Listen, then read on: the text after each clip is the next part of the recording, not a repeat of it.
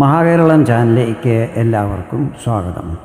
ഈ ചാനൽ നിങ്ങൾ ഇതുവരെ സബ്സ്ക്രൈബ് ചെയ്തിട്ടില്ലെങ്കിൽ സബ്സ്ക്രൈബ് ചെയ്യാൻ അഭ്യർത്ഥിക്കുന്നു. ഒപ്പം അടുത്തുള്ള ബെല്ലൈക്കനും ക്ലിക്ക് ചെയ്യുക. അപ്പോൾ എൻ്റെ പുതിയ വീഡിയോയുടെ നോട്ടിഫിക്കേഷൻസ് നിങ്ങൾക്ക് ലഭിക്കുന്നതായിരിക്കും.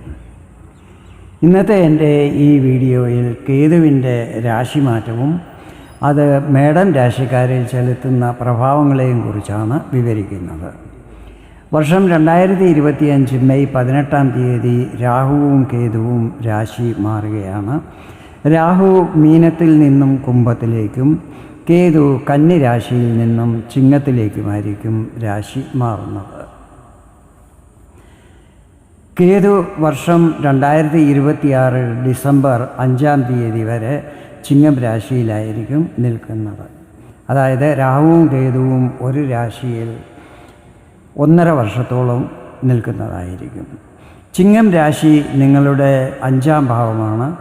5-ാം ഭാവം ലക്ഷ്മി ത്രികോണ സ്ഥാനമാണ്, ധനവുമായിട്ട് ബന്ധപ്പെട്ടിട്ടുള്ളതാണ്. അതുകൂടാതെ വിദ്യാഭ്യാസം, ലവ് റിലേഷൻ, സന്താനം എന്നിവയുമായിട്ടും 5-ാം ഭാവം ബന്ധപ്പെട്ടിട്ടുള്ളതാണ്. 5-ാം ഭാവത്തിൽ നിൽക്കുന്ന കേതു അത്ര ശുഭകരമായിരിക്കത്തില്ല. 5-ൽ നിൽക്കുന്ന കേതു വിദ്യാർത്ഥികളിൽ ഒരു ഓവർ കോൺഫിഡൻസ് വരാൻ ഇടയാക്കുന്നതായിരിക്കും. പരീക്ഷയുടെ സമയങ്ങളിൽ എനിക്കെല്ലാം അറിയാം എന്ന ഒരു ധാരണ ഉണ്ടാകുന്നതും ചില സമയത്ത് അത് ഹാനികൾ വരാൻ ഇടയാക്കുന്നതുമായിരിക്കും. കോൺഫിഡൻസ് നല്ലതാണ്, പക്ഷേ അത് ഓവർ കോൺഫിഡൻസ് ആയാൽ നെഗറ്റീവ് ഫലങ്ങളായിരിക്കും ചിലപ്പോൾ ലഭിക്കുന്നത്. വിദ്യാർത്ഥികൾക്ക് ഈ സമയത്ത് ഒരു അലസതയും വരാൻ സാധ്യതകളുണ്ട്.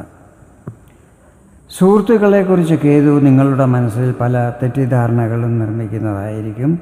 ഇത് അവരുമായി വാക്കുതർക്കങ്ങൾ ഉണ്ടാകുവാനും ബന്ധത്തിൽ വിള്ളലുകൾ വരാൻ ഇടയാക്കുന്നതുമായിരിക്കും.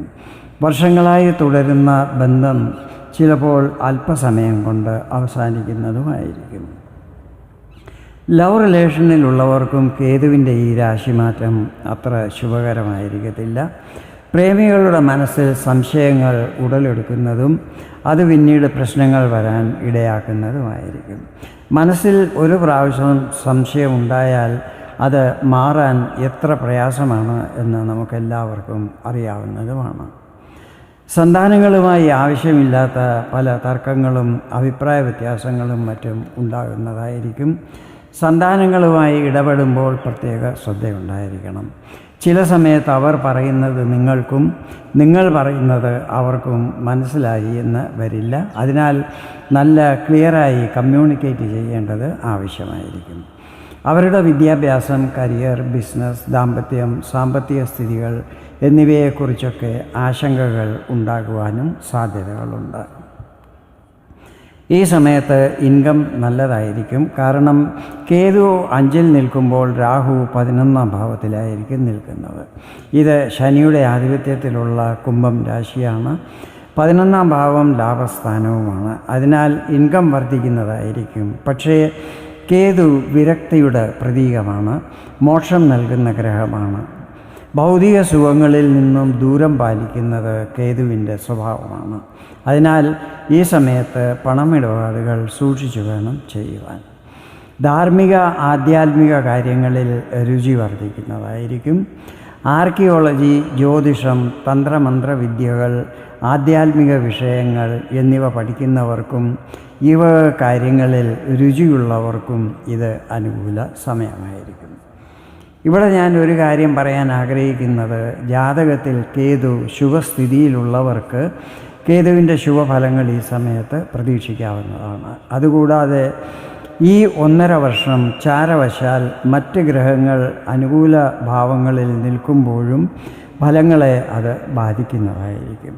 എങ്കിലും മേടൻ രാശിക്കാർ ഈ സമയത്ത് വളരെ ശ്രദ്ധയോടെ വേണം എല്ലാ കാര്യങ്ങളും ചെയ്യുവാൻ.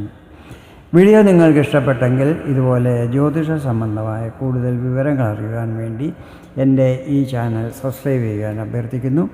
വീണ്ടും വേറൊരു വീഡിയോയിൽ കാണാം. അതുവരെ എല്ലാവർക്കും നന്ദി, നമസ്കാരം.